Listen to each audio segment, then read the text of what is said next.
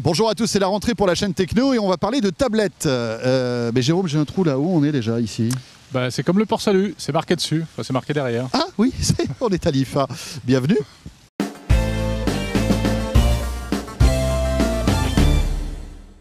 TV 3D, TV LED, lecteur Blu-ray. Explorez les nouvelles tendances high-tech avec Toshiba. Voilà, l'une des attractions de cette IFA 2010, c'est cette tablette, la tablette Samsung, baptisée Galaxy Tab. Elle est plutôt mignonne. Elle est plutôt mignonne. Alors, les spécificités, 7 pouces, un écran 7 pouces, c'est-à-dire qu'on est... Un peu plus petit que l'iPad. On est voilà, un petit peu plus petit que l'iPad. Un écran, ma foi, très réactif, sympathique à regarder, avec toutes les fonctionnalités aujourd'hui qu'on a sur une tablette. Jérôme, qu'est-ce qu'on peut faire avec? Voilà, alors on peut évidemment écouter de la musique, regarder des films, lire des livres au format EPUB, naviguer sur Internet, bien entendu. Voilà, téléphoner, la chaîne techno dans la tablette Samsung, ça passe. En plus, comme c'est de l'Android, eh bien, il est compatible avec le player flash et donc on peut regarder directement les vidéos en flash sur cette tablette, les vidéos sur Internet. Alors les derniers raffinements technologiques, le Wi-Fi N, du Bluetooth au top, on peut faire de la visio bien évidemment, oui, 3G, alors, module 3G. Alors on peut faire de la visio, d'autant plus que c'est en réalité aussi un téléphone. Oui. Ça c'est étonnant, c'est un véritable téléphone. Alors comment on fait pour téléphoner? On le tient comment? Il faut le mettre, vas-y, voilà, ouais, on le met un peu comme ça. C'est sympa, c'est très discret ça. C'est un peu bizarre, bon, c'est mieux sans doute avec une petite oreillette. Mais c'est complètement un téléphone, il y a une puce 3G à l'intérieur, il y a une puce téléphonique à l'intérieur. Alors ça arrive très bientôt en France, le prix 699 €. Ouais, c'est pas donné. C'est pas donné. C'est quand même plus cher que l'iPad d'entrée de gamme. On peut imaginer les subventions d'opérateurs qui feront baisser le prix, mais avec un abonnement data qu'on paiera tous les mois, comme d'habitude. Alors côté connectique, on voit un port micro SD pour mettre une petite carte mémoire. La carte SIM aussi bien sûr. Voilà, il n'y a pas de port USB tel quel, mais vraisemblablement aussi un adaptateur qui arrivera très vite. Et puis dernière chose, après c'est le contenu. C'est vrai qu'il faut espérer que Samsung propose très rapidement en France une vraie librairie où on pourra acheter des bouquins, louer des vidéos, acheter de la musique, etc. Parce que c'est ce qui fait la force d'Apple et c'est ce qui va manquer au début chez Samsung. Bien sûr, l'appareil c'est une chose, mais aujourd'hui de plus en plus la bataille elle va se faire autour des contenus et aussi sur autour de la manière d'accéder à ces contenus, c'est-à-dire la convivialité, l'ergonomie en fait, la simplicité. Dernière petite note, le design, elle est noire sur le devant et elle est blanche derrière, regardez, voilà. Alors là on ne peut pas trop bien la voir parce qu'elle est accrochée, mais voilà, on vous la montre mieux.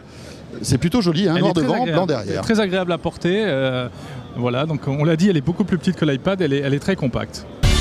Alors là, puisqu'on est entre nous, autant vous dire que l'IFA, c'est aussi quand même une espèce de discipline sportive pour Jérôme et moi. Parce que les stands qui nous intéressent sont forcément tous très éloignés les uns des autres.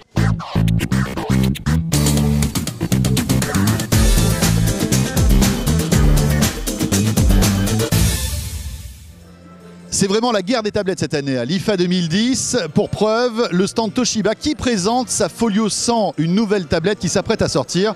Alain Kergoët, alors présentez-nous cette tablette. Qu'est-ce qu'elle a dans le ventre?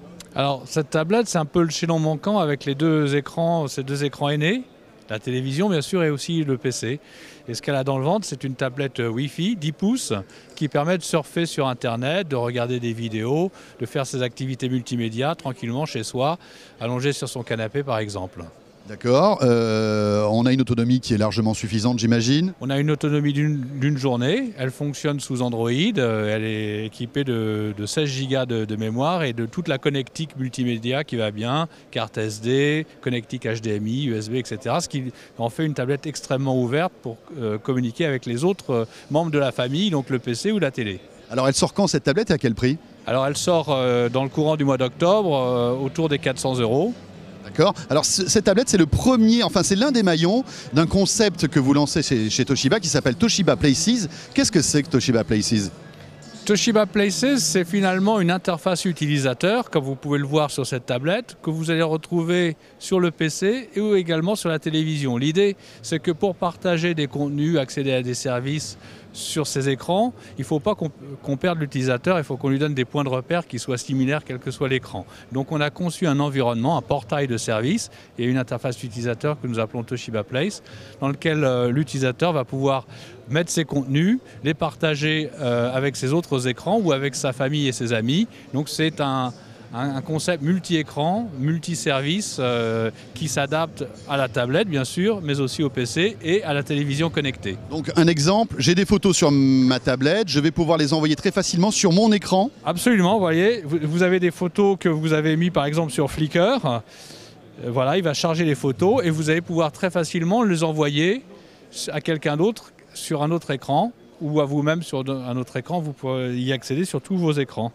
Alors toutes ces tablettes fonctionnent avec Android, mais il est important de signaler que certaines sont certifiées Android et d'autres ne le sont pas. Qu'est-ce que ça veut dire exactement? Eh bien ça veut dire que Jérôme, si tu achètes une tablette Android qui n'est pas certifiée, ça veut dire que tu ne pourras pas en fait accéder au Marketplace, ce fameux magasin en ligne développé par Google qui te permet de télécharger des applications gratuites ou payantes. Pour qu'elle soit certifiée, une tablette Android doit faire moins de 7 pouces en diagonale d'écran et surtout posséder le fameux module 3G. Alors c'est ainsi que la tablette de Samsung ou celle de ViewSonic sont certifiées Android, tandis que les tablettes de Toshiba ou d'Arcos ne le sont pas, ce qui n'empêche pas néanmoins de télécharger des applications via des stores spécifiques. Voilà, et qui n'empêche pas d'avoir des tablettes de bonne qualité qui ne sont pas certifiées Android. Absolument. Dernière chose, un grand absent lors de cette IFA 2010 dans le domaine des tablettes, c'est Microsoft. Eh oui. Microsoft, le géant du logiciel, qui n'avait aucune tablette qui tournait soit sous Windows 7, soit sous un autre OS. C'est quand même assez inquiétant, mais gageons qu'ils vont bientôt réagir.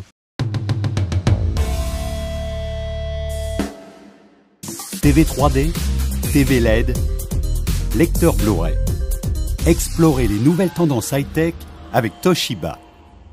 Vous n'aurez pas le Marketplace, vous avez le magasin virtuel qui a été développé par Apple et qui vous permet de télécharger des applications Non, soit pas gratuites. par Apple.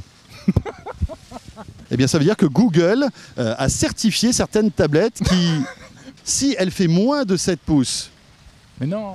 non, mais oui, mais parce que j'ai Alors, eu un c'est trou. quoi, une tablette? Alors, qu'est-ce qu'il faut avoir... Merde. Eh bien, ça veut dire, Jérôme, que si vous achetez une tablette Google qui n'est pas certifiée... Putain, excuse-moi, je m'emmerde là. Je suis en train de m'enliser comme un 4x4 dans la neige. Putain. Si votre tablette fait moins de 7 pouces et qu'elle a le 3G, eh bien là, elle est certifiée.